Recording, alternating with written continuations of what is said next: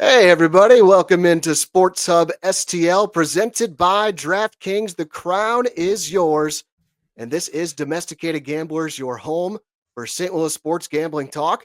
I'm Eric Sontag. There is Tito Ulrich and Shawn Surwillo. We're here to get you ready for a big weekend of sports betting. We're going to break down this weekend series with the Cardinals and the Diamondbacks. Also, take a look at some futures bets available for the Redbirds on DraftKings. We'll also preview the games for the Battlehawks on Friday and St. Louis City SC on Saturday. And we'll talk NHL and NBA playoffs and have our best bets from across the world of sports. Please hit that like button, subscribe to the Sports Hub STL YouTube channel, and leave a comment on this video, and we can chat with you there. Domesticated Gamblers also available on podcast on Apple and Spotify. And our show today is brought to you by James Carlton with State Farm Insurance. Guys, we are recording this on Thursday night, so it's Domesticated Gamblers After Dark once again as we look ahead to the weekend. Tito, how we feeling? You fired up? You ready to go?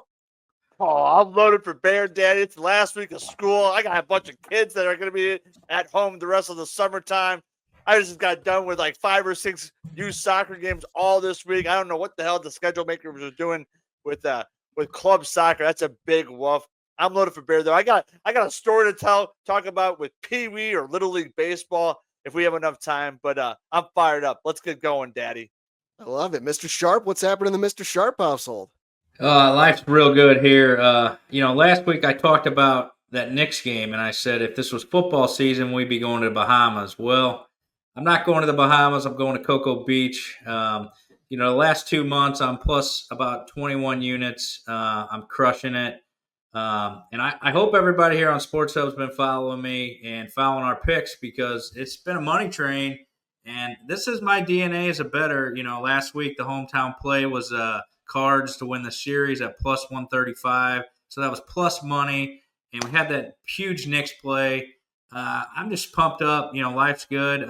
But I'm not really gambling this week. I took the week off because I got a lot going on. And as a gambler, you got to remember ebbs and flows. I've been red hot, and it's time to calm down and go on vacation and just decompress from gambling. I love it. You said if you want to be a sharp, you got to have low volume, right? You bet too much, that's when the house gets the edge. Always. You got to be disciplined, low volume. Me and you had a good talk about a week and a half ago about that. We both were kind of a little too much volume, and I really slowed way down, picked my spots, and I'm going to new Super Mario World at Universal next Wednesday, Daddy. Can't wait. Outstanding. You're right. A couple weeks ago was a bad week for me. I was like, I got to slow my roll here. Too much volume. Rolled it back last week. Profitable week. So everything's back. I'm reset. The show gets me excited sometimes. Like, I got to get all this action on the weekend. Yeah, right. But just because you got to slow the roll a little bit. So, you're sitting on the Knicks, on that Pacers plus 22 units of 23. Well, I can't remember what that plus was. 2,100. The Indiana Pacers to win the Eastern Conference. We'll talk about that later in the show.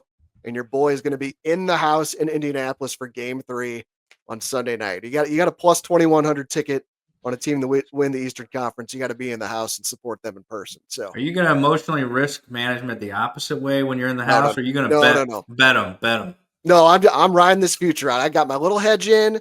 If the Knicks win the series, I win 3 units. If the Pacers win the series, I win 15.6 units. So I'm riding that out. I'm feeling good. I think the Pacers are the better team. Oh God, that game was incredible. Game 1. Let's get to the home teams though. I'm probably going to put a little bet on that since you're going to be in the stadium. That's a TNT 7:00 tip. Yeah, I'm going to probably put a little action on that with you, so I can text you and we can be fired up about it. Kevin Harlan, Reggie Miller, it's going to be incredible. So cannot wait for this weekend. So everybody to enjoy your Memorial Day weekend. But first, let's get you ready with our home team coverage, and that is brought to you by James Carlton with State Farm Insurance. And guys, it has been a rough week for many people in St. Louis. I know a lot of people are still trying to, having to deal with this aftermath of the big storms and the tornadoes. And here's the thing, like we all have our insurance agent that we usually don't think much about until we actually need them. And I know a lot of you out there are needing your agent right now if you got hit by these storms. So if you go through this process and you end up not being happy with the service you get from your agent, This is not just an advertisement. It is a highly recommend, a genuine high recommendation that you get in touch with James Carlton and State Farm and consider making the switch. This guy has 425 5-star reviews on Google. Okay. So you got tons of people out there besides me vouching for James and his team on what kind of service you get. I know I read this review here on the show a few weeks ago, but I want to do it again because I think it illustrates what I'm talking about. It was posted just 3 weeks ago on Google, and it reads, "A violent hailstorm caused much damage to our roof. The State Farm team made things happen quickly and efficiently. Even though the area was hit hard, they had an adjuster come out quickly. Here's the most impressive thing. The head of the agency," and this person is talking about James, "called me right away and explained the process. His team followed up from start to finish, got a new roof. Highly recommend." That is a perfect example of what I'm talking about, where they take care of you quickly, they take care of you properly, and you got James getting involved right away to make sure everything goes smoothly. So if your agent gets exposed as not being very good during a claims process, if you're going through this right now, get a quote from James Carlton and State Farm. You're going to love him. Great guy, super easy to talk to, super easy to work with. And there's also a really good chance he can save you a lot of money. I made the switch this year. I'm saving over $800 for 2025. Tito made the switch. He's saving a bunch of money for him and his family. So get a quote at carltoninsurance.net. And when you get that quote, mention Domesticated Gamblers or Sports Hub STL, and they'll donate to Mizzou's NIL fund on your behalf. Or if you just want to talk to someone on the phone instead, give them a call during normal business hours, and your call will be answered by a human. You can do that at 314-961-4800. If your insurance costs a leg and an arm, call James Carlton, State Farm. And guys, let's get started with these St. Louis Cardinals. They lose 2 of 3 against the Tigers. No shame in that. This team has the best record in baseball. That's the first series the Cardinals have lost since April 23rd against the Braves. So I'm not panicking. This has been a hell of a run. You're going to lose a series. It happens. Diamondbacks are in town this weekend. We're going to preview that game on Friday here in just a few minutes. But I do want to take a look at some of the futures bets available on DraftKings for the Cardinals, because this is something you can get action on right now. We are going to be just about 1/3 of the way through the season after this weekend. We're at 50 games in right now, and the Cards have a record of 27-23 and sit in second place in the Central, 3 games behind the Cubs. The Cardinals are indeed the second favorite to win the division. Cubs, a pretty healthy favorite, as you would expect. They're at -240. The Cards are next up at +500, so 5-1 odds. Pretty interesting. The odds for the Cardinals to make the playoffs. The no, they will not make the playoffs is priced up at -320. The yes, they will make the playoffs is at +260. And also right now on DraftKings, they have a market for teams to win 80 or more games.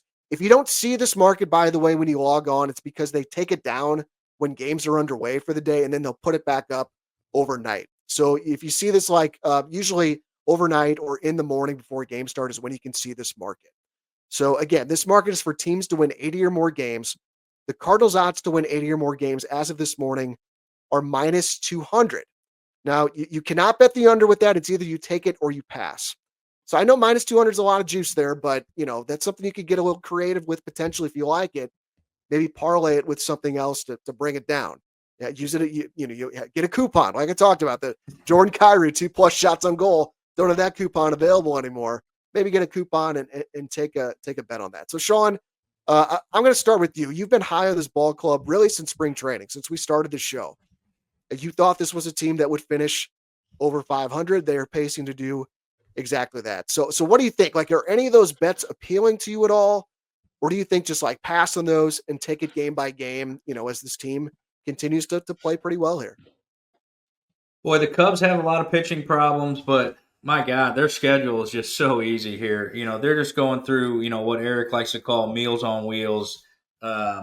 So it's going to be tough. The Cubs are going to get out to a pretty large lead here. So I don't love that division bet. You got to think the Cubs are going to go get a closer. They got serious bullpen issues. Palencia's in there now. They've tried Presley. he's just not the guy anymore that he was in Houston. So I don't like that division bet, but my God, they get Cincinnati, they get the Rockies, they get Cincinnati again, then they get Washington, then they get Pittsburgh for 4. So I just don't see the Cardinals gaining much ground here in the next month. I don't. And the Cardinals got some tough games ahead. But if you do like the Cardinals to make the playoffs, I do like the yes number here because you're going against Arizona, and if we can take 2 out of 3 from Arizona, that number probably changes. I think the books would maybe change that number, so you probably get lower odds on that. My future on San Diego cashing that is not looking too good. They've lost like 7 in a row here, but that's good for the Cardinals, right? So we're right in that playoff hunt. Looks like we're a game back of the Padres. So, boy, I don't know. I do like, from my perspective, will the Cards make the playoffs plus 260? If I'm going to bet it, I'm going to bet it now before we maybe take 2 out of 3 from Arizona. And one thing I want to mention, just because you would bet that doesn't mean you think it's going to happen. You just mean that the price provides value. At plus 260, it provides value, correct? So maybe talk a little bit about the difference of that. When you're taking a big plus money price, it doesn't mean you think I'm predicting this is going to happen, but you're just saying it provides value, correct? Oh, yeah. So that's one thing I do. I'm a value bettor. I love the house's money. I love it. I love it. I love it. That's how you cash money long term, because most gamblers are going to be 50 to 55%. And if you're always laying the juice, you're not going to profit. Right. So, yeah, definitely want to take advantage of a number like this. So, let's say the Cardinals sweep Arizona. I don't think they're going to, but you would think that number is probably going to be, for Cards to make playoffs, yes, 180, 190, 200. It's probably going to move. Yeah. So, yeah. So if you like it, you would bet it now. And that's just a small taste, and those are future tickets to where you can hedge down the road as well, and you don't always lose money, just like your Pacers bet. So that's a good lean.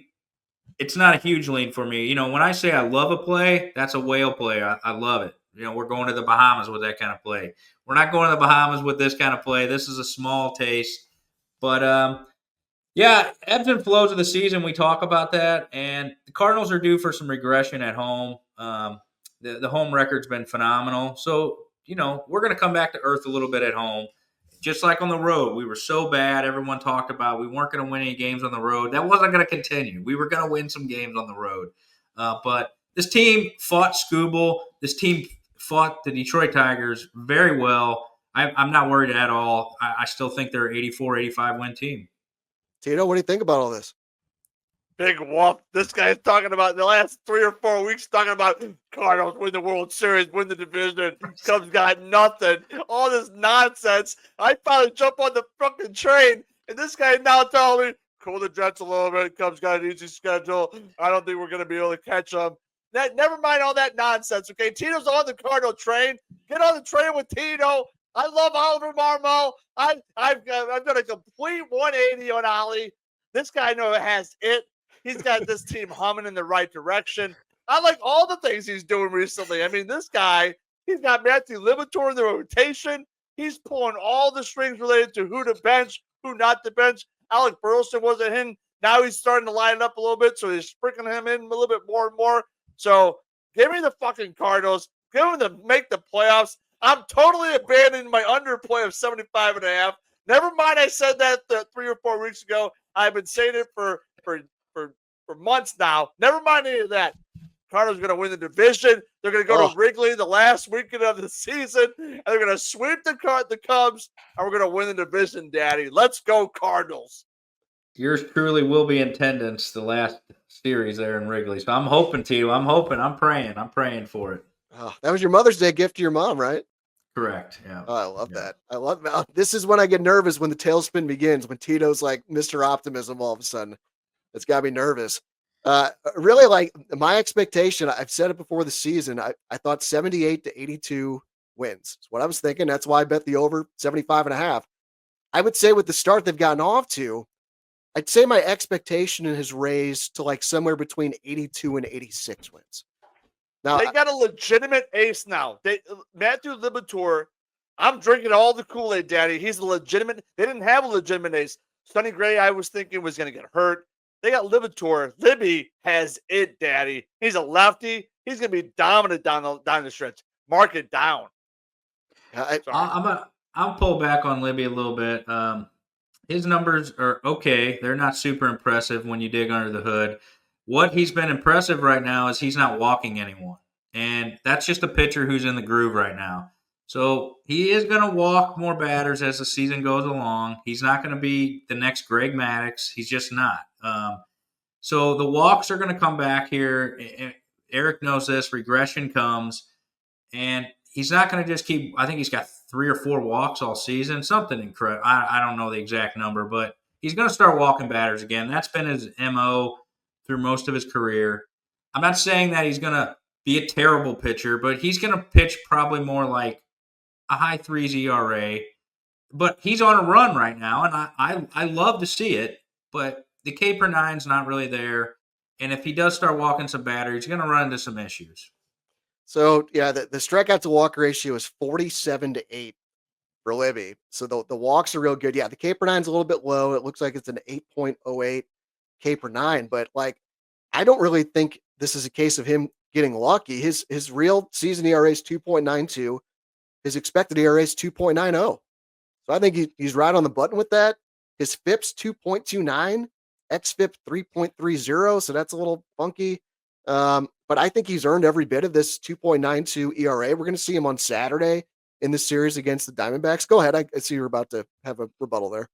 I'm just worried about the walks. He's not going to keep this up. The walks are going to come, and that's going to where he's going to have these outings are going to be a little worse.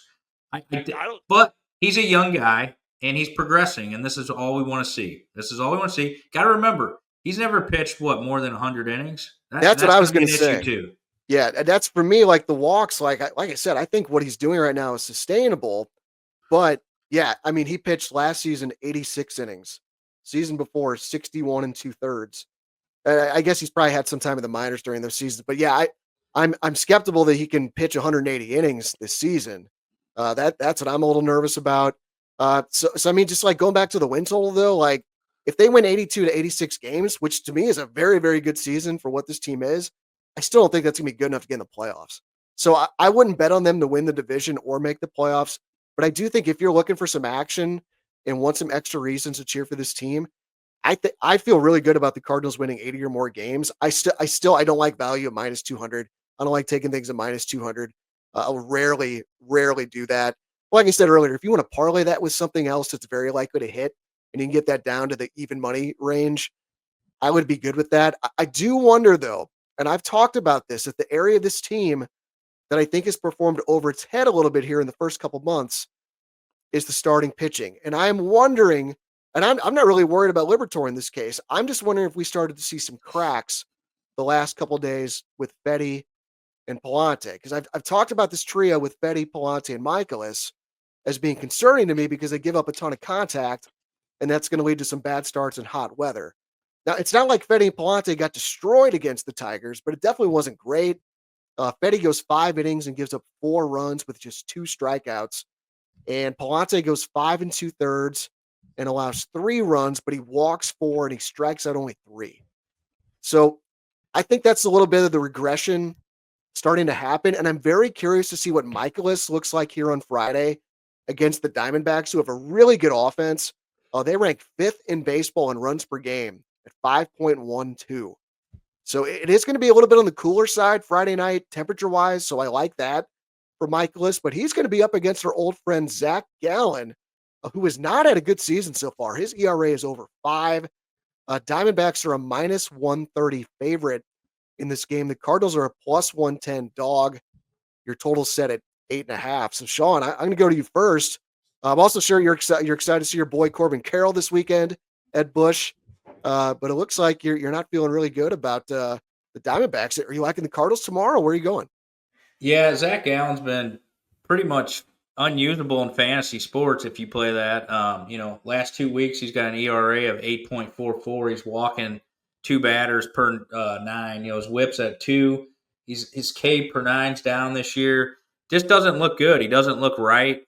So I like the birds on this number. The name value here for Gallen's got this number up, and it shouldn't be. He's pitching pathetic. I mean, there's nothing else to say about it. You can't start this guy in fantasy. So I like the Cardinals here, but the Michaelis, I'm with you. The weather's really going to help him. We're looking at 67 degrees for a high, so I think Michaelis can keep the ball in the yard, and the Cardinals steal this first game. I think the day off today really helped the Birds. Cool Yes. the Jets. Had been a long road trip. Get a day to relax, get things back to normal, and I like the Birds in this game. Yeah, Marmol even referenced that in the post game yesterday. He's like, I think that almost both teams, the Tigers too, were just kind of like they didn't have it that day. Tuesday night was a great game with the Scooble game. Both teams put a lot into that, and the Cardinals just didn't have much juice on Wednesday. I do agree with you. I think the off day came at a really, really good time. Tito, what do you got on this one? Is your optimism continuing on the Birds? No, not necessarily on Friday night. I'm not optimistic about this Gallen fella. I know everyone's down on the dumps with him with a over 5 ERA, but Michaelis, he's been pitching lights out ever since that atrocious start in Boston. I think there was going to be some regression there. I know Suarez lights Michaelis up. I think he's got a career like 6 out of 14 against Michaelis with a couple homers. So I'm not optimistic about tomorrow night. But I'd like the series win. I think the Cardinals do take the series. I think they win Saturday and Sunday, and I think they take it going next week, having their mojo back and fired up for next week, Daddy. Yeah, Liberatore on Saturday, Gray on Sunday. It should be a real good week of games. Weekend of games. This one is really tough to call for me. I've actually cashed on Michaelis in his last 2 starts. I took a Cardinals money line play and a first 5 under in those games, so I was banking on Michaelis to deliver, and he did. But I am not as confident here. Like I said, we saw that little bit of regression the last couple games for Fetty and Palante, and it just wouldn't surprise me to see some from Michaelis here against a really good offense. And Gallen's actually due for some positive regression for his numbers. Like his ERA is not going to be over 5 all year. The ERA is 5.14, but his expected ERA is 4.16. So there's definitely a little bit of unlucky factor there. I also think he probably still wants to stick it to the Cardinals a little bit for trading him a few years ago. I did see, revenge game. He shut them out for 6 innings with 7 strikeouts when these teams met last season. Obviously, I know the Cardinals were a worse team then. Well, I don't know about that. Cardinals, we were slightly over 500 last season. So I just don't think I'm going to bet it. Like maybe Michaelis has figured out how he needs to pitch at this stage of his career, and he's going to keep it up. So it's a stay away from me on the side. Total, I don't really, I don't see much value there. I guess like gun to my head, my lean would be Diamondbacks. Like I said, I just don't really love the matchup for Michaelis, but yeah, Liberatore and Gray Saturday and Sunday. If you want to bet the Cardinals to win the series, I don't mind that. It's minus 120 on DraftKings. That actually moved a lot. I think the Cardinals were plus 155 to win the series earlier today when I first looked. And then as we're getting ready to do the show here on Thursday night, it's moved up to the Cardinals as a favorite at minus 120. I checked the Diamondbacks website. They have the same starters as what they were expected to have. So apparently there's some smart people out there that really like the Cardinals to take 2 out of 3. Tito, you mentioned Eugenio Suarez there, the numbers, and it's like you're reading my mind because I dug into him a little bit because I'm looking for a play for this game and wanted to go to the prop market. And I found this super interesting. So, guys, you play fantasy baseball. You think of Suarez, you think of a lot of strikeouts and a lot of power, right? Well, yeah, it's over the last 6 seasons. His K rate's almost 30%. It's 29.5%. This season, it's down to 20, but this season it's way down, 23.9%. And over the last 2 weeks, this dude is just locked in. He's only striking out 14% of the time. And it's showing up in the results. Suarez is mashing overall with 14 homers and 38 RBIs. And just over the last 2 weeks, he's hitting 283 with 4 home runs, 15 RBIs, and an OPS of 994. Tito, you referenced the great numbers against Michaelis. You're right. It's 6 for 14 with 2 homers, also 3 walks in there. So his OBP against Michaelis is 529, and his OPS is over 1,400.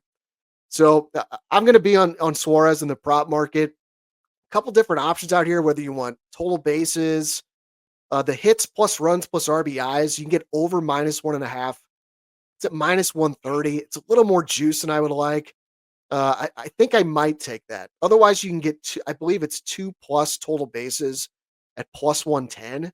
So if we get the double, or obviously, a triple or a homer, he cashes that. But if you're looking for a play for this game, I think Suarez over props is probably where you'd want to look. Sean, what do you think about that? I know you're plugged into fantasy and what these guys are. I know you love a good K rate. So when you see a guy with a decreased K rate, that's a good thing for the hitter. It's a very good thing. Suarez hits the ball extremely hard. He's got good exit velos.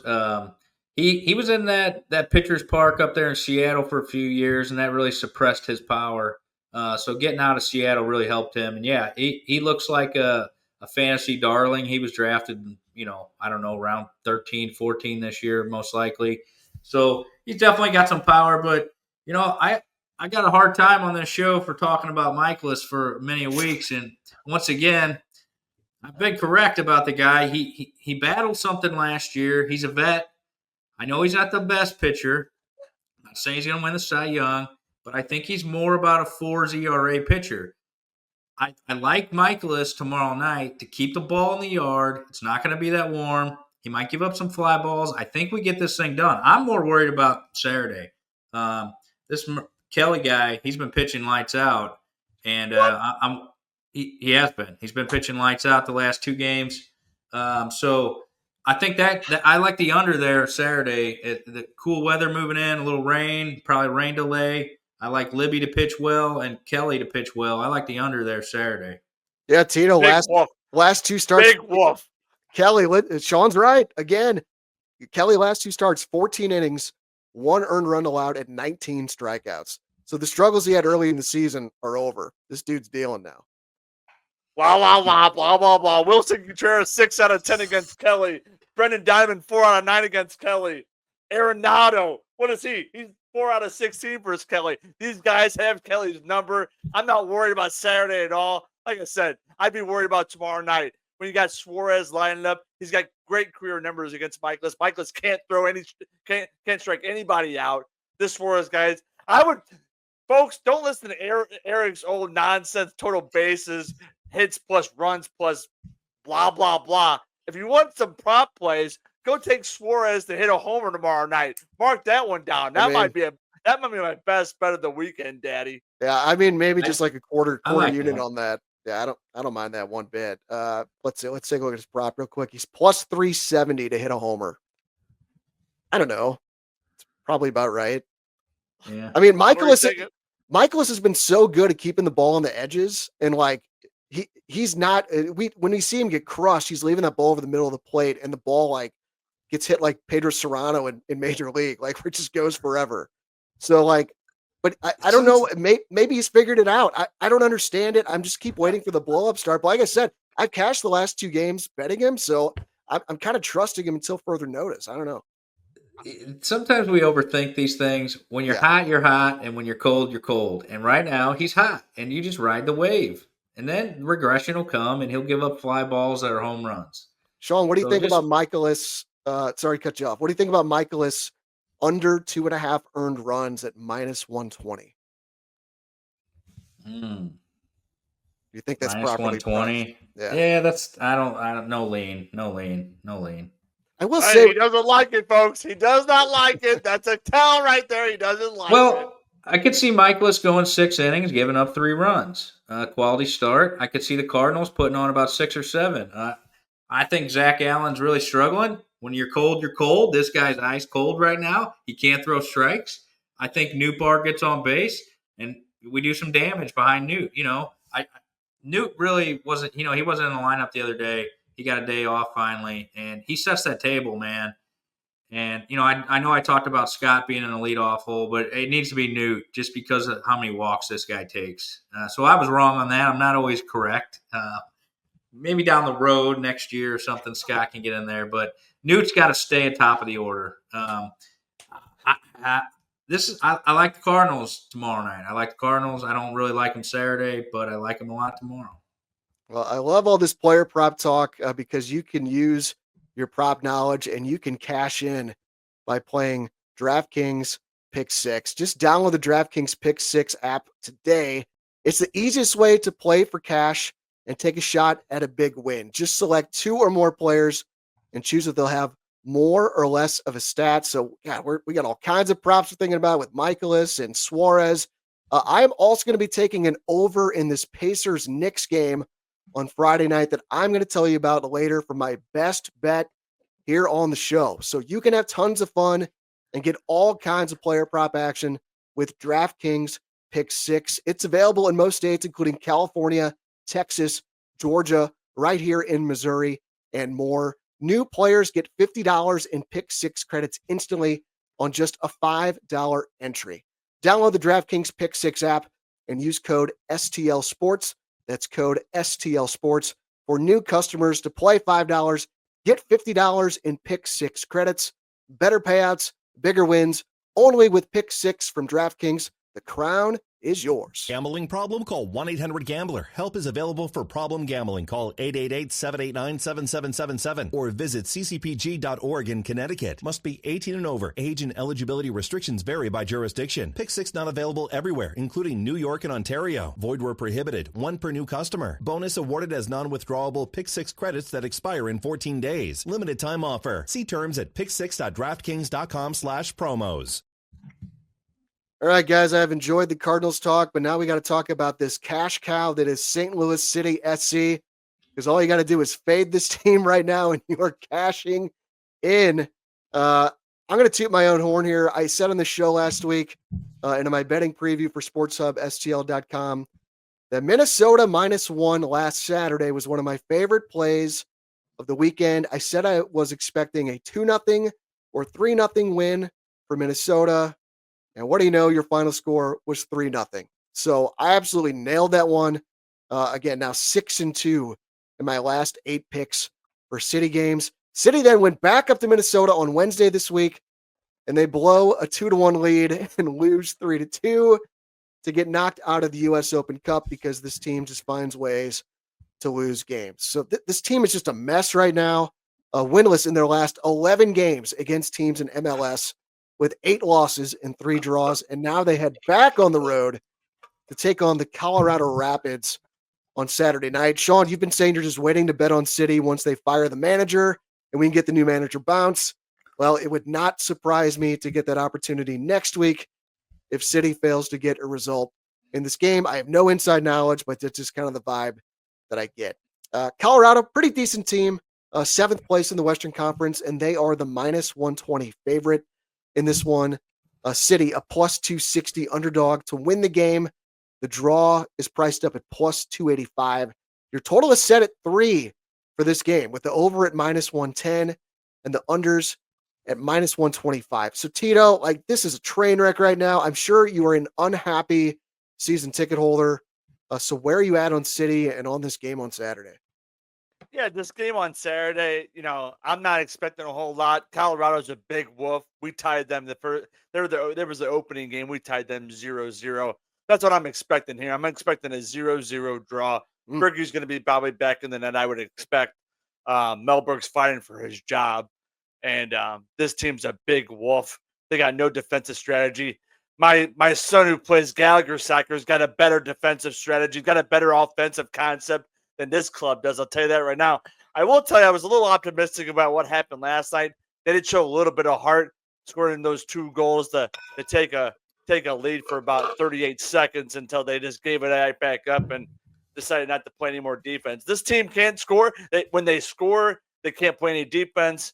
When they don't score, they still can't play any defense anymore. This Melberg fellow is way over his head. So not a fan. And I just hope that I hope that they can turn it around at one point and not waste Roman Berkey's last season as City's keeper. But I love a 0-0 draw in this matchup Saturday night against the Rapids. Wow, the odds on that on DraftKings +1,400 for your money. So you get another 0-0 draw with City and Colorado, cashing a 14-1 ticket there. Shawn, thoughts on this one? Yeah, I don't bet this soccer stuff, but these odds are unbelievable. I really need to get into this one day here when I retire and I got more time on my hands. I only can retain so much information, so I can only bet the major sports right now. But Yeah, Tito, I don't consider MLS major sport. Sorry, I just don't. It's NFL, NBA, NHL, MLB. Sorry to offend you. I'm not taking a shot at you. I just don't. But um, yeah, this team's been pathetic all year. Once they fire the coach, we're going to hammer the city, and we're going to get that coach bump win. We are. I told Tito about this a few weeks ago. He told me I was crazy. Calm down, and here we are. It looks like it's going to happen within a week or two. I don't know. But there's not much to say except are we mathematically eliminated from the playoffs No, already? Or they have like how 18 does teams, 18 of the 30 teams get in the playoffs. So it's like the so it's top, like top NBA, everybody makes it. pretty much. Yeah. Okay. So were we the worst team in the league? No, the LA Galaxy are in last place in the Western Conference. They haven't won a game yet this Galaxy, season. the big money The spenders? defending champs have 4 points on the season in 15th place in the Western Conference. City is next up at 14th place with 11 points. But the season's not dead yet. I mean, there's still 20 more games, which is why I'm saying it wouldn't What stun do you me. get? What do you? I'm not a big soccer guy, MLS. So what do you get? 2 points for a win, like hockey, or is it one? Three, How's this three work? for a win, 3 for a win, 1 for a draw. So they're technically Okay. 7 points out of a playoff spot. I don't even worry about the standings at this point. What I'm saying is because the season is not dead yet, it would not stun me if they lose this game to Colorado, that Olaf gets the pink slip, because the next game is at home against San Jose. And then you have 2 more road games. I'm sorry, 1 more road game after that. I get the sense like the business might be suffering here at some point. Tito, season ticket holder, I'm sure you could probably speak to this. I'm sure you're not as enthused to go to these games as you were the last 2 years. So I just feel like Lutz is not happy with this. Ownership can definitely not be happy with this. Their goal before the season was to make the playoffs, and it's slipping away. And I mean, what do you think? I'm sure none of us have any knowledge, but do you think Olaf gets whacked if they lose this one, Tito? Oh, well, I don't know. I no, I it's tricky. I'm speechless. Tito is speechless, folks. Mark it down. 37-17 into the whatever show this is on Sports of STL. But I'll tell you right now, I'm not even like Melberg doesn't know how to coach. He's got no offensive strategy whatsoever. And now the defensive What's he, a strategy is an German absolute guy? Is he a cutthroat. German guy? No, he's a Swedish guy, I think. So, Okay. but he was a center back. He was supposed to bring, clarity to the defensive line. He did that for the first like 8 or 9 games, and now they're just leaking goals left and right, like they did with Carnell at the helm. So I think this is more on Lutz than anything, because Lutz, again, he's never met a player that if they play in the Bundesliga, then guess what? They must be the best player ever, and they must be on City SC, because every single Bundesliga player they brought over have been super underwhelming. Hartel's been underwhelming. Torchert started off hot. He's underwhelming now. I mean, they got no cohesion whatsoever. So Lutz has just as much to blame as this than as Melberg. So look for him to both be shipped the hell out of here and bring in some new blood. Let's go. I mean, we need something. Bring in Tito. Tito's got. I lead CYC soccer. I know what I'm doing CYC level wise. So bring in Tito. I'll kick these guys' asses, put them right into shape, and score some damn goals. Well, the I'm with you, defense Tito. Go ahead, Eric. No, I was No, going to you're say good. the defense has been so bad. Like, if we have a 0-0 draw tomorrow, I'd be stunned by that. To me, for this game, I don't see any reason to get cute. Like, until City shows me they can play well for a full 90 minutes, like, they're an automatic fade for me when it's a decent price. And minus 120 is a decent price. So I'm going to take Colorado on the money line here. Like, Colorado, they don't score a ton. So maybe you're right, Tito. Like, maybe tomorrow's the game. Like, they've scored 0 or 1 goals. Colorado has in each of their last 5 games. But I remember saying something similar about Seattle a few weeks ago when they scored 4 on City. So I just have no confidence that City can put together a good performance defensively right now. It's now 2 or more goals that they have conceded in 6 straight games against teams from MLS. We're not counting Union freaking Omaha, right? Colorado, they haven't been great defensively either. I think City can score. Colorado's given up 2 or more goals in 6 of their last 8 games. You did have the 0-0 draw, first game of the season. City was actually the better team in that one, but they just couldn't finish. Surprise, surprise. And just like, I just don't see them getting out of this funk while on the road. The vibes are so bad with this team right now. I don't know. I do get the sense this could be like the dead team walking type game, where just like you think you're going to win the Kansas City game a couple weeks ago, 2-0 lead, and that gets taken away. Then you're up 2-1, thinking you're going to the quarterfinals of the U.S. Open Cup, and your former player, Marcanic, scores 2 goals to beat you, just for more salt in the wound. I mean, it would not stun me if we see another 2-0 or 3-0 one a game here against Colorado. It really just on the road. It's been 5 losses and 1 draw for City in their last 6 road games in all competitions. So this is not a big play for me. It was a big play for me last week against Minnesota. This is just a 1-unit play for me. Like, it wouldn't stun me if we see a draw here. Colorado's not that good of a team, but -120 on the money line, I'm good with that. Like, I would take this up to -130. I think if you're the coach here, like we talked about last week, you kick the ball around a little bit, you play some defense, you're coaching for your life here. So maybe the draw is the play, Tito. I think Tito's onto something here. I like a sprinkle on the draw, Tito. 0-0 draw. I like that a lot, Tito. Coach has got he knows what's on. He knows what's on the line. There's no question about that. So I'm with you, Tito. I'm with you. He's packing it in. He's going to pack it in. He's playing for a draw. He wants to get a result so that he can come back home and then try to turn it around at home. But I'll tell you right now, it's been a busy effing week. We got summer break coming up tomorrow night. What time is the game? Probably 7:30. 8:30. 8:30. Prime time for Tito to catch a nap and not have to worry about this and fall asleep at this 0-0 draw. Because Melberg, big wolf fella, I can't believe that you've made Tito turn against City. I hold you personally responsible, Melberg. Get it together.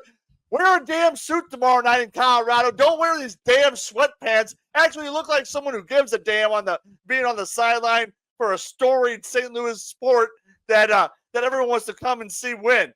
So big woof to you, Melberg. I got to bring up a little tidbit here about woof. So I'm just going to call it out. I listened to CBS Sports Fantasy Baseball podcast on the daily, and Frank Stanfill uses woof all the time now. I don't know. I think he's watching Tito. I think Tito's rubbing off on everybody. Well, it's not been a big whoop is our playoff-bound St. Louis Battlehawks. City just finds ways to lose. The Battlehawks just continue to find ways to win. It's now 4 wins in a row. They have wrapped up a spot in the XFL Conference Championship game against the DC Defenders. That game will take place on Sunday, June 8th at the Dome, no matter what happens in these last 2 regular season games. And I have to talk about this because I find this funny. I'm not saying it's rigged, okay? But I think the UFL is giving the Battlehawks every single opportunity possible to play in the Dome so they can show off a good product on TV. So there is a very good chance that DC ends up with a better record than the Battlehawks, but DC cannot host the conference championship game because of a conflict with their stadium on the day the game is supposed to be played. So instead of changing the day of the game, we're playing it at a neutral site, which would make more sense. The UFL is saying, sorry, DC, you got to go to St. Louis and play the Battlehawks in front of 30,000 drunk Hoosiers, which I love. I love the 30,000 drunk Hoosiers. Then if the Battlehawks win that game, they get to play in the UFL championship game also at the Dome. And then there's this, which I was not aware of until this week. So the Battlehawks play the San Antonio Brahmas on Friday at the Dome. And I was looking at that and I thought, didn't they already play the Brahmas here? And it turns out I was correct. The Battlehawks already beat the hell out of this team 26-9 back in week 2 at the Dome. So I looked this up, and this was actually announced a long time ago, back in August of last year. But the UFL said they had a press release about this. It says, after reviewing venue availabilities, that was the phrase they used. After reviewing venue availabilities, they decided to give the Battlehawks 6 games at the Dome instead of the 5 home games that everybody else gets. So, Sean's fist pumping because he just keeps cashing these Battlehawk tickets, especially when they're playing at the Dome. So technically, this is a road game for the Battlehawks on Friday night at the Dome against San Antonio. So I guess To be technically correct, I'll say the Battlehawks are a 6.5-point road favorite here, and the total is set at 42.5. So, Tito, I'm starting with you because you're a WWE guy. This reeks of WWE type collusion to give the Battlehawks every opportunity to go as far in the playoffs as they can at home. What do you think about all this, of everything I just laid out there? If nothing, Sean wants to turp me talking about how the MLS is not major leagues. This has got minor league written all over. This has got garage league written all over it. I mean, it's a big whoop. I had friends of mine this past weekend bitching and complaining about The Rock never showing up to STL. Well, guess what? Hey, folks, Rock's not going to show up if you keep on selling 30+ thousand for the dome. Okay, so he's going to go to markets where there's no fan support. So I love the fact that the Battlehawks have the next like 5 weeks at home. And Eric, you got me fired up because they've already clinched a spot in what championship? It's the XFL. Come on, you got to say it right if you're going to say it. So yeah, I love it. I love the fact that the Battlehawks have already clinched a spot.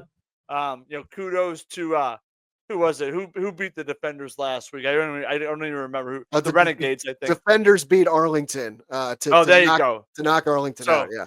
So thanks, Defenders, for knocking out and doing our dirty work, so that the Battlehawks now have a away matchup for the XFL championship game. So I love it. I think this team has got it. Anthony Becht has it. This defense is legit. I love the under in this because the Battlehawks have nothing to play for, and the Brahmas can't do nothing right. So give me the under all day long in this matchup. 42.5, big wolf. That is super high. I was thinking the under was I thought the over-under was going to be like 20, and I would still be taking the under, folks. So I love the Battlehawks. It's a garage league, but it's exactly what St. Louis needs for a football team, baby. God, that's well said. Sean, what do you got, man? You're hot on these Battlehawks. I'm not going to get into conspiracy theories, but conspiracy theories are still undefeated all time, baby. So remember, there's something going on. I believe MLS, they gave City into the playoffs first year for a reason. Everybody got hooked. So, yeah, that number's a little high for me at 6.5. I don't like to lay 6.5, but there's a little something different. We had a big tornado come through St. Louis. And I think the Dome's going to be rocking, and I think it's going to be emotional. I think there's going to be talk about the hometown, and I think the Battlehawks come out. So I'm going to lay the 6.5. Call is the law. We get this thing done. I'm with you, Tito. I think it's a low-scoring game, but I think we beat the crap out of them, 24-3, 6, 9, whatever they want to put up. Man, I want to mention this, Sean. I want to give you your hosannas at your feet now, too, because last week, you took the Battlehawks on the money line instead of the -1.5. And I want to talk about this because there's a lot of people here. I get it. Like, you may not be betting UFL. Like, if you're going to watch this league, bet on it because it's what makes it more fun. But I'm sure all of you watching this, I'm sure, are interested in betting NFL, which is Sean's specialty. You were Nostradamus last week because you took the money line instead of the 1.5, and the Battlehawks won by just 1 point. So you cashed while everyone that took Battlehawks -1.5 lost. So Tell me about your strategy with that. When you see a line like that where it's within like a point or so, why take the money line instead of the 1.5? Because it worked out. Why not take the odds and take the number out there? That's how I look at that. If Vegas has it that close of a game, I'm not messing with the 1.5. I don't feel comfortable. The only way I'm going to take it is I'm going to take the dog at 1.5. That's the way I think. That's the way I break that down. I have a golden rule in the NFL. If a team's laying 2.5, I'm taking the dog. That's one of my favorite bets in the NFL is +2.5. Yeah. So, if I like the favorite at the 2.5, I'm never going to lay the 2.5. I'm going to take them on the money line as well. But yeah, the 1.5, it seemed fishy to me last week. That's why I jumped on a money line. And just get rid of that 1.5. You can't lose then. You squeak it out with a 1-point win and you still cash. Boy, I like that. NFL in particular, when a line is 2.5. Taking the dog, because when you see a -2.5 line, the books are begging you to take the favorite because they're like, oh, they just got to win by 3, win by field, basically just win the game. They're begging for that action. So Sean, I think that is super, super sharp. been on that a few years. I don't know, about 5-6 years now, and that thing's just been cash. It's a cash cow. Yeah. You see it. The Chiefs had a couple 2.5s last year, and you're thinking, oh yeah. And what are they? They beat Denver by 1. They beat these teams by 1 late. Yep. Blocking field goals, and sometimes you got to take the number out and play a little bit of higher odds. But what was Battlehawks? Minus 130, 140. So it was minus 130. Yeah, if I remember it. So that's okay. Long term, if you bet enough dogs, you can lay some odds at 140. And, that's definitely how I gamble. Yeah, I love that. For me, for this game, it's tough just because, like you guys said, this game doesn't mean anything for the Battlehawks. I'm sure they want to play well and stay sharp, but they really just want to stay healthy more than anything. San Antonio sucks. Like, they're 1-7 on the season. But I did look this up, Tito. I'm disagreeing with you on your play here because we had a very similar scenario last year because I'm like, I feel like this is exactly what happened last year. And I was right. The Battlehawks had clinched a playoff berth with a couple games to go, just like this season. They played a bad team in their second to last game last year, and they got beat 36-22. So they lost by 14, and there were 58 points scored. Now, that game was on the road. I guess this game is technically on the road, even though it's at the Dome.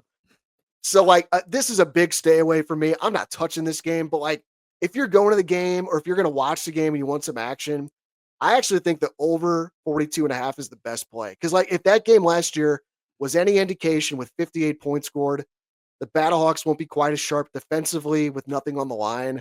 So, have some fun, live a little, take the over 42.5. The game went over last week. I bet the under for the third straight week, and I finally lost last week. I don't know. I found that interesting that they got crushed 36-22 in the same exact situation last year, which is kind of what led me to my lean. Again, it's a lean. This is not a pick. I would not endorse betting on this game. That's very interesting. It was at Arlington. Arlington was 3-7 last year. Okay, so it's a little bit different. Yeah. I'm with you, Eric. Normally, this 6.5, they already clinched the playoffs. They don't have much to play for. I just think there's going to be some emotion in the Dome after what happened. I definitely think there's a factor to this. The city's going to be fired up, and I think that Battlehawks bring that energy. I just think they bring one home for STL after that horrific tornado. I totally see that. I feel like you see this a lot in football in particular. I remember back to the Saints' first game after Hurricane Katrina with the blocked punt on the Monday Night Football. And I don't know. I think there is something to that. So that would not stun me. And I'm sure the Battlehawks are going to play into that. It's something they do really well is they really tap into the community of getting people to want to support them. I remember being at the Dome when the Rams were there and Tony La Russa trotted out with the World Series trophy and we upset the Saints, so there's something to that emotion in football for sure. It's an emotional game, and Mr. Sharp can't wait till August till he starts putting the pads on the boys and we go down to Seckman and kick some butt, boys. All right, well, let's talk some NHL and NBA playoffs and these games on Friday and maybe on Saturday too. I think we might have some odds for these Saturday games. In the NHL, let's start there. It's game 2 with Edmonton at Dallas on Friday night. The Stars take game 1 as they score 5 goals in the third period and storm back to win it 6-3. So a wild one in Dallas. Stars are a minus 120 favorite in game 2. Oilers a plus 100 dog. Your total is 6.5. So Tito, what do you got on this one? Yeah, I think Dallas did exactly what Dallas does. They score in bunches, and so I think that was pretty impressive. I like Connor McDavid though in the second game 2. They kind of held him in containment. I think they scored 1 power play goal, but they shut him down in the third period. I think it was totally gassed. I think that Oiler coach was double and triple shifting him and Draisaitl over and over again. So that's a big wolf. You gotta manage your players a little bit more efficiently in that perspective. But give me the Oil in this matchup against the Stars.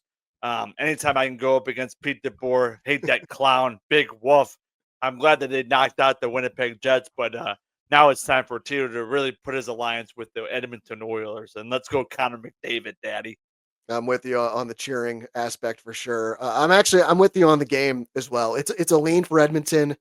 If they just stay out of the box, they win game 1. Like it was 3-1 after 2 periods. But the Oilers, they give up 3 power play goals in the first 6 minutes of the 3rd period. Like, how does that happen? How do you even take that many penalties, let alone give up that many power play goals? So I just think they really let that one slip away. But I think they get it back here. I think we're in for a long series here. These teams played in the same round last season. Oilers 1-6. So I think Edmonton bounces back. I'm taking them. Lean on the money line at plus 100. Or is this a unanimous pick, Shawn, or you going Stars? I'm going to go Stars. I'm going to stick with a goal and a half. It's dried up for me lately, but I'm going to take Dallas minus a goal and a half at plus 190. That's just a small lean, no major play. That's the only way I would bet this. The goal and a halves have dried up for me recently, but that's the way I like to bet them.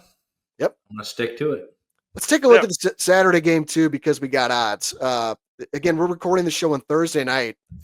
The Panthers beat the hell out of the Hurricanes tonight. 5-0. So the defending champions are rolling right now. They're up 2-0, heading back home on Saturday night, and they're a minus 148 favorite to go up 3-0. The Hurricanes plus 124 dog. Total set at 5.5. The unders juiced at minus 125. Shawn, you got anything on this one? I know I'm kind of putting you on the spot, but Panthers, I just feel like we got to mention this because they're just rolling right now. Yeah, you nailed that last time. The Leafs did blow it at home. They did win that game. Me and Tito were on, we were on Florida, but boy, the champs aren't going down without a fight, and they look like they're going to win the cup again. So Give me Florida minus a goal and a half at plus 180. A little taste, a little more than a lean, but nothing major. I'd say half a unit on this play. Yep. Tito, got anything? Brooms are out. It's going to be a sweep, Daddy. Mark it down. Panthers Oil for a second year in a row for the Stanley Cup, baby. My goodness. After demolishing Toronto in Game 7 in Toronto and then taking care of business against Carolina, big woof.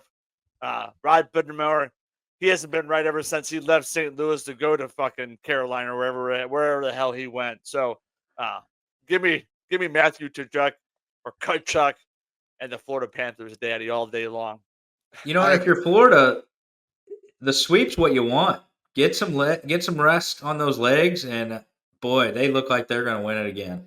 Yeah, you go 7 with the Leafs, and you're right. I appreciate the tip of the cap because I was spot on there that it's typical Toronto Maple Leafs fashion. They get embarrassed in Game 5.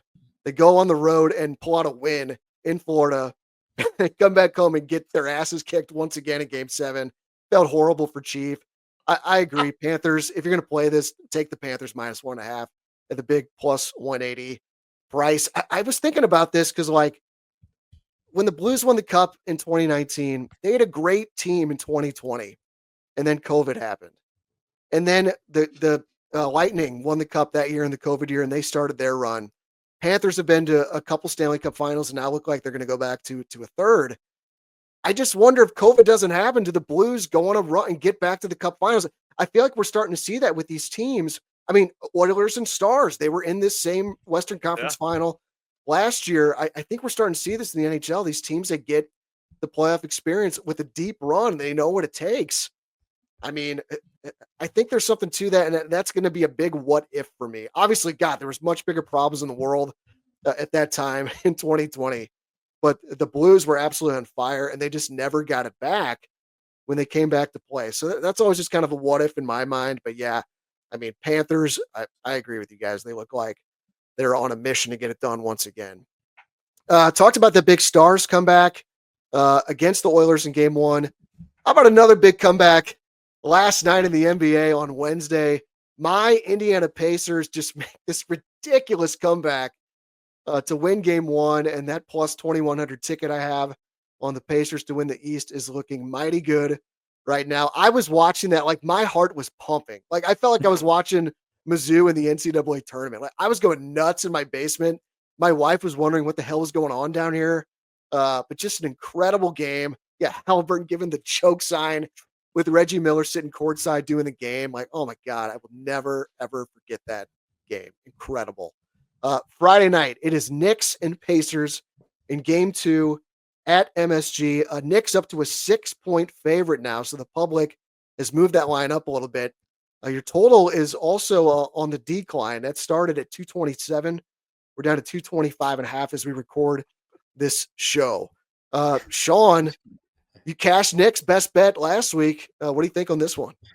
Yeah, we're going to Florida after we cash that. That was like a lock of the century, that Knicks bet. But boy, this is tough. I don't like the line at 6.5 here. The only way I would bet this maybe is the over at 225. Yeah. But if I'm going to pick the side, I'm going to take the Knicks laying the 6.5. Small lean, no major lean. The Knicks have to come back out after that brutal loss. You have to win this game. You got to make a statement here, right? Because you can't go down 0-2 and then go on the road. So I would take Knicks small lean over 225.5 small lean. Nothing major here. I'm rooting for you, Eric. I hope you get this future ticket cashed. And I'm not a big fan of New York, so I'm hoping Indiana gets this thing done. Tito, what do you think? Oh man, I got a best bet for this game that I'm going to be delivering. I won't do it yet. I'll get better at teasing here. But my goodness, what an absolute dumpster fire! I saw some stat this morning on ESPN. I think going into tonight when they did the stats, they were like, oh, and like one thing. If you're down by like 9 points with like less than a minute to go, there was like 0 for like 1,414 or some crazy stat. So it was like an all-time absolute collapse for the Knicks. So big woof on that. But I don't know. It was a great event. I didn't like Halliburton doing the choke. It looked kind of totally unnatural. Yeah, It didn't look it was normal. awesome. It was awesome. I don't know. Reggie Miller's was awesome. This was it looked kind of funky. And plus, you had all the Knicks fans saying, "Hey, it was only a 2-pointer. It was only," so that was a little anticlimactic. But my goodness, what a shot! Never seen anything like that where it bounced off the rim, went up 38 feet, came right back down, swishing through the hoop. So kudos to Indiana for coming back, having the wherewithal to. Who's that guy that was lining up from 6 or 7 3-pointers in the fourth quarter? Naismith. He was my unconscious. goodness. Yeah. This guy. Unbelievable. This guy was like Clarence Gilbert from back in the mid-'90s with the Tigers. My goodness. Give me that guy all day long, Daddy. So I'm rooting for you, Eric. I'm rooting for that the big line play that for the Pacers, and hopefully you can see a Game 3 win in Indiana on Sunday night, and we'll see what happens here. But yeah, I got a small little play that I like for my best bet this weekend. I'll tell you. I got a hot take on NBA. NBA playoffs are better when LeBron's out of it. You can mark that down. What makes you say that? He's flopping around. He's getting all the calls. This brand of NBA, these young guys, this has been incredible NBA. I've loved it. The ratings are great. Everyone's loved it. Everyone's talking about it. LeBron, LaFlop, get him out of here. Game's passed him by. Time to move on, brother. Yeah, I do think we're feeling a changing of the guard in the NBA with the old guard on the way out. I do think for this game, like the narrative play is the Knicks to cover. Like the Pacers steal game 1. They know they got to split on the road. The Knicks come out desperate and they take game 2. I'm just not so sure that we're going to see that. I know I'm a little bit biased. Like the Pacers were in this same spot last round. Yeah, a little bit biased. But this is the exact same spot last round against the Cavs where the Pacers took game 1 on the road. Most people thought the Cavs would win game 2. But that was the game with another crazy Pacers comeback where Halliburton hit a 3 with 1 second left. And then, of course, they go on to win the game and win the series in 5. Pacers now 5-1 on the road in the playoffs. So I am going to pass on the side and the total here. I'm going to ride out the futures play, but I do have a prop bet. And I will also tease Tito for my best bet here on the show. We will get to that here in just a second. But let's get to this game on Saturday with OKC and Minnesota. It's going to be game 3 up in Minnesota as OKC goes up 2-0 with a comfortable win tonight here on Thursday, 118-103. So OKC's up 2-0. They're a 3.5-point road favorite for game 3. Your total is 217.5. Tito, any thoughts on this one with the line kind of fresh off the presses here? Yeah, nothing too unexpected the first 2 games in the OKC Minnesota matchup. My son Ben's a huge Ant Edwards fan, so I haven't been super impressed with what Shea Gilgeous Alexander. Just say SGA. He gets into a lot of foul trouble. It seems like. I mean, he doesn't know how to stay. Doesn't know how to stay on the floor for majority of the game. So I like Minnesota to go back home and take Game 3 fairly easily. So give me the points and give me the T-Wolves on for Game 3, Daddy. Yeah, Tito, you've been listening to me a long time, and this is one of my favorite bets of the whole weekend here. Timberwolves have to win this game, and you're giving me a home team getting points. I'm taking it all the time. If this was NFL season, this would be the lock of the week for me. It's NBA, so it's a little different. But give me the 3.5. This is going to be about a 2-unit play for myself because it's do or die. You go down 3-0, series is over. I'm with you. I think Ant gets this thing done at home. They got to show up. They got to show out. And that's my play. I'm with you, Tito. My play for this one was going to be Minnesota in the first half. Come home desperate. They really come out like gangbusters first half. You see this a lot. I don't have the numbers in front of me, but I remember seeing this stat a couple years ago. Like if you just blindly bet the team down 0-2 coming back home for Game 3 to cover the spread in the first half, you've been very profitable. The books are onto this though. Like I was just trying to look up. I don't see a first half number yet, but like the line for the game is OKC minus 3.5. For the first half, you might see Minnesota as a favorite. So you have to pay kind of the tax for this, but I'll probably ride with you because your instincts are probably spot on right now. But my lean for this game would be Minnesota in the first half specifically. But I want to wait to see what a line would be. Normally it would be 1.5, maybe 2 first half. But yeah, if the books are catching on to that, then yeah, you don't want to lay that would be too much. The line would be too much movement there for you. That's like the Rockies. It's minus 2.5 now. I can't auto bet it. It's over. It's over. I agree. It's gotten Guess too what, crazy. Tito? Rockies are off to the worst start in MLB history in 50 years. I did see that if you bet $100 to have the Rockies win the World Series, I think you win 70G. So 70 or 70,000. So hey, maybe we want to light $100 on fire and see what might happen, Daddy. Oh my God! It's flushed that down the toilet. 8-42 for the Rockies. So what? They're on pace for about 25 wins on 25, 26 wins. I mean, I think I can manage that. It's the run line is 2.5, and most times it's still minus 140. I can't even play it. I can't do it. I can't. Yeah. All right, guys, let's get the best bet. Sounds like Tito and I both have ours on the same game. So I'm going to let you have the honors, Tito, if you're ready. Oh, I'm ready, Daddy. I've been ready all day long for this best bet, and we're going to go back to the Knicks. I love the Knicks in this next matchup. I like the first quarter money line, Daddy, for the Knicks. That's plus 110. The Knicks they've cashed that bet 20 out of the last 26 games. So give me the Knicks in the first quarter money line. I think they're gonna get on a hot start in MSG and have a lead going into the second quarter against the Pacers and really get this Madison Square Garden crowd alive and pumping and have their hearts ripped back out of them by Tyrese Halliburton later in the game. What's the line on that first quarter money line? Plus 110 in DraftKings. I think you're looking at something different. I'm looking right at this. First quarter money line, Knicks minus 180. This is not good radio. This is not good podcasting. But even because when I saw the 6.5, I knew it couldn't be plus. I was going to say, then let's bet it right now. Yeah, the Knicks in the first quarter are a 2.5 point favorite. I'm talking money line. I'm not laying points money line. Even worse. That's what I'm saying. The money line's even worse. Money line's minus 180.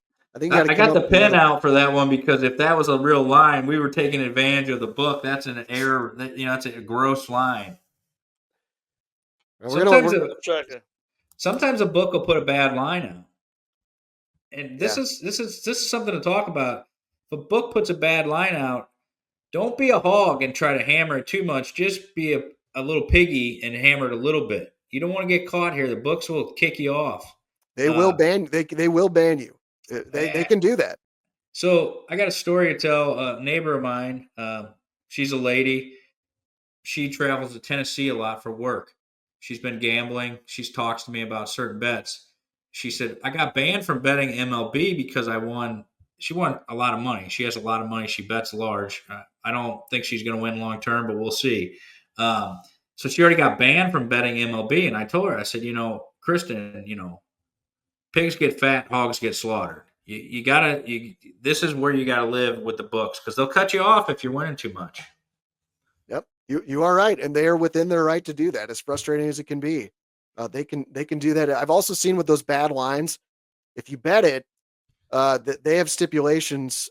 Most books, if not all books, do that. They can just not pay out the bet because there's a stipulation. If something is obviously a bad line, they can just void all the bets. And I understand why they would do that too. Again, as frustrating as that gross can be. line, yeah, they call it a gross Yeah. line, and Yeah. pay. Like if I was thinking of Tito said, I'm like, yeah, I'm jumping on that. Knicks plus 110 first quarter. Heck yeah, they're minus 6.5 for the game. Yeah, yeah. So, are you still stumped? You're seeing something different?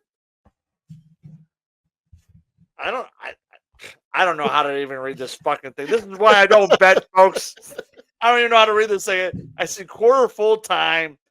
I get first quarter and it says money line. It says first quarter / money line. And when I go down to the Knicks, it says New York Knicks / New York Nets. Okay. I'm assuming that means I'm betting for the Knicks to have the money line to be leading after the first quarter and leading at the end of the game, I guess. That is exactly correct. That is exactly correct. So I actually think if you want to take that, that's not a bad best bet, because if they're going to win the game, it's more likely than not they're winning at the start of the first quarter. So that, again, to repeat that means the Knicks would have to be ahead at the end of the first quarter and win the game. So again, that's Knicks first quarter / money line, I believe is what it would be. Yeah, I don't know, man. This is some bullshit. I don't even know. I think I've actually bet this in soccer before, something called halftime full time, where team has to be ahead at half and then also win the game. That's what you're saying with that. And now that we kind of understand what your bet would be, I'm comfortable moving on from it now that we know what it is. But I promise you, the way what you read there, that's what that means. Again, this is a learning experience for everybody. Tito's a fan. Shawn and I are the gamblers here in the show. Tito's giving the fan perspective.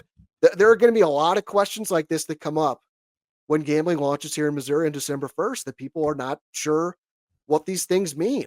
And that's another thing. Yeah. If you got questions, you're unclear about stuff, drop us a comment on this video. I'm happy to hop on there and answer it, because I live this stuff every day. I love looking at all these different markets. I'm familiar with them. So drop us a comment on this video if you got questions about any of these markets, and happy to address it. So for me, my best bet's going to be a little bit more straightforward from this game. It's just going to be a player prop. And I've watched a lot of Pacers games this season, and I absolutely love this kid. I guess he's not a kid anymore. Andrew Nembhard. This guy is a winner. Tito, I don't know if you remember that Gonzaga team. They went undefeated all the way up until the national championship game and lost to Baylor. He was on that team. He's just the kind of guy that, like, he elevates his game when he gets to the playoffs. Like, you know, those glue guys that, like, make a lot of big shots and they're always just making the winning plays. Like, that's who Nembhard is.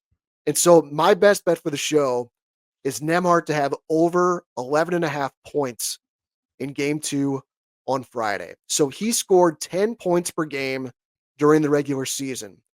But here in the playoffs, that number is up to 14.6 points per game. And if you look at the last 2 seasons where the Pacers have made back-to-back Eastern Conference Finals, if you would have bet Nembhard over 11.5 points in every playoff game, your record would be 20-8. 20 wins and 8 losses. That's a 71% hit rate. The record is 8-3 in this year's playoffs and 12-5 last year. So I love this guy. I love this team. My best bet, Andrew Nembhard of the Pacers, over 11.5 points in game 2. You can get that at minus 110 on DraftKings. Shawn, what do you think about that? I like that a lot. I like those prop plays. You're a stats guy, so that's good for you to get in those little prop plays. I was really hoping Tito's play was on the books, because I was going to bet that thing. So what did you end up going with, Tito? I think that's what it is. It's the plus 110. They're Knicks ahead at the end of the first quarter and win the game. Oh, I like that. Why not? Money? Is it money line both? Yeah. Yeah, I believe so. Oh, that's not too bad, Tito. That'll work. Yeah, I think you can get home with that. Yeah, you're basically parlaying the first quarter money line with the full game money line. I only wanted the first damn quarter, asshole. I don't want full game. I don't think they're gonna pull it out. But Big Wolf, I'd take it. And you said Baylor long. It's not Baylor. It's Baywa. is also true. Shawn, you're right. I should have went to you first because you were the winner of your best bet last week. I got to say we're saving the best for last.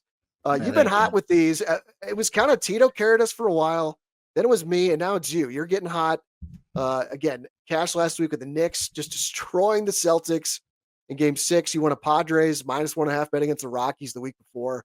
We got to get that Padres over 13.5 wins in May bet home for you. I saw it's you need 6 more wins to cash that one. Just 8 games to go, but a lot of Marlins and Pirates coming up on the schedule. So you're not dead yet.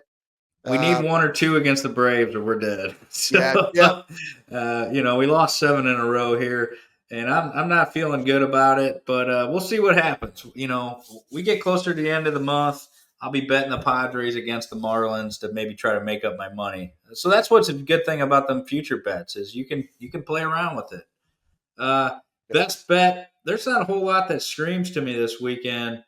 I did like the props against Hunter Green. We had Frank on last week and talking about pitchers who don't go on rehab assignments. I don't see any props available for him, though. I only see Matthew Boyd props, pitcher props on DraftKings. I would like to take advantage of him. So we're going to just go. Like I said, I'm not going to overthink this thing. I'm going to take Timberwolves 3.5. I think they have the must-win game. I'm going to keep it simple.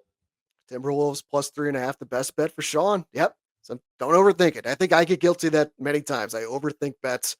Like yesterday, the Cardinals Tigers day game. I'm looking at the wind. I'm sorry, it's weekday afternoon getaway day. Just take the first 5 under. Don't get cute. I end up betting. I text you about that. You did? And then I said, this wind, 18 miles an hour. I was literally out walking in my neighbor, and the wind is whipping me in the face in the direction of like going towards the Mississippi River, where I'm like, this ball's going to be flying out of here. I overthink it. I bet on Herrera, and that was my play, and I missed out. So, yeah, keep it simple, stupid. Keep it simple, stupid. Many times I got to tell myself that. Let's finish up with our home team plays of the week. Again, these are our favorite plays in the games involving the local teams. I know I'm a broken record, but like I'm just going to continue to fade City. Like I don't really have a strong opinion on the Cardinals or the Battlehawks games. What a fraud. I mean, what else would it be? Like City just keeps losing games. So like, what else would it be? I only got a hot Cardinal thing where I can't bet. You sang my praises earlier about betting the series win. I can't play that though. Big wolf. This guy, complete fraud, folks. Rubber stamp it on your laptop computer in front of Eric's space. Fraud. Wolf. I just keep cashing these tickets with the City's opponents. I just wonder if this is. I hope, but I kind of not hope, but I kind of hope that this is the last time we see Olaf Melberg in his t-shirt and gym shorts on the sideline. I love the outfits. I guess it's probably cold in Colorado tomorrow. Maybe he'll wear some pants. We'll see. He always wears fucking pants. This guy's a clown. Woof. Fraud. All right, Tito, if you don't like my City plays the home team play of the week, what is your home team play of the week? It's pretty obvious. Cardinals? Cardinals series win -120 against the fucking Diamondbacks. Big whoop. Matthew Liberatore probably going to throw a no-hitter, folks. So mark it down. And then give me Sonny Gray on Sunday, baby. Let's go. My sports bucket list, my number one thing on there is see a no-hitter in person. Oh, yeah. And I got close twice. I was at Mike Morgan in 1995. Got to the 9th inning with the Cardinals. Yeah, always touching his hat. And then I was at the Waukee game in 2013. September game, I think it was against the Nationals. Ryan Zimmerman legged out a infield hit. So both no-hitters losing the 9th inning on infield hits. Brutal. Before I die, got to see one in person. It's on the bucket list. Shawn, what you got? Tito, I picked that series last week at +130. I don't like it at -120. I don't like Arizona at -110. There's no value there, for the series. So I just don't like that. Sorry, bud. But I appreciate your optimism on the team. Yeah. I do think we can win some games. I just don't like that value. I think the value should be either one way or the other here. So I'm going to give 3 plays here for the Cardinals. I'm going to say the Cardinals win Friday night. I'm going to say it's an under Saturday, and then the first 5 under Sunday with Sonny Gray and Brandon Pfaadt. Wow. Those are my 3 plays for the Cardinals this weekend. Make How do sure I you say heard this that guy's right. name? How do you say this guy's name? Fott? Brandon Fott. Okay. So you said Cardinals money. AATT. Yeah, Sorry. Brandon Fott. That is a good name. So Yeah. Cardinals money line Friday, Yes. full game under on Saturday, and first 5 under on Sunday. Did I hear that right? Yeah. Yes. Man, Sharp. Mr. Twice Sharp's Mr. hot Sharp. right now. When Mr. Sharp's hot, don't stand in his way. Right. I am leaving for vacation Saturday, but I've been all over this Cardinal team. I'm feeling good about them. I am going to shut down gambling after this and just take some family time. Yep. I love it, man. Well, enjoy your trip. That is going to do it for today's show. Hit the like button, subscribe to the Sports Hub STL YouTube channel. And again, leave a comment on this video. We can chat with you there. And most importantly, take a few minutes, get a quote from James Carlton with State Farm Insurance. I'm highly confident that he'll be able to save you money like he did for me and Tito. Phone numbers 314-961-4800 or online at carltoninsurance.net. You'll see his info in the YouTube description. For Shawn, for Tito, I am Eric. This has been Domesticated Gamblers here on Sports Hub STL, presented by DraftKings. The crown is yours. Thanks for watching, guys, and we will see you next Friday. And let's keep cashing.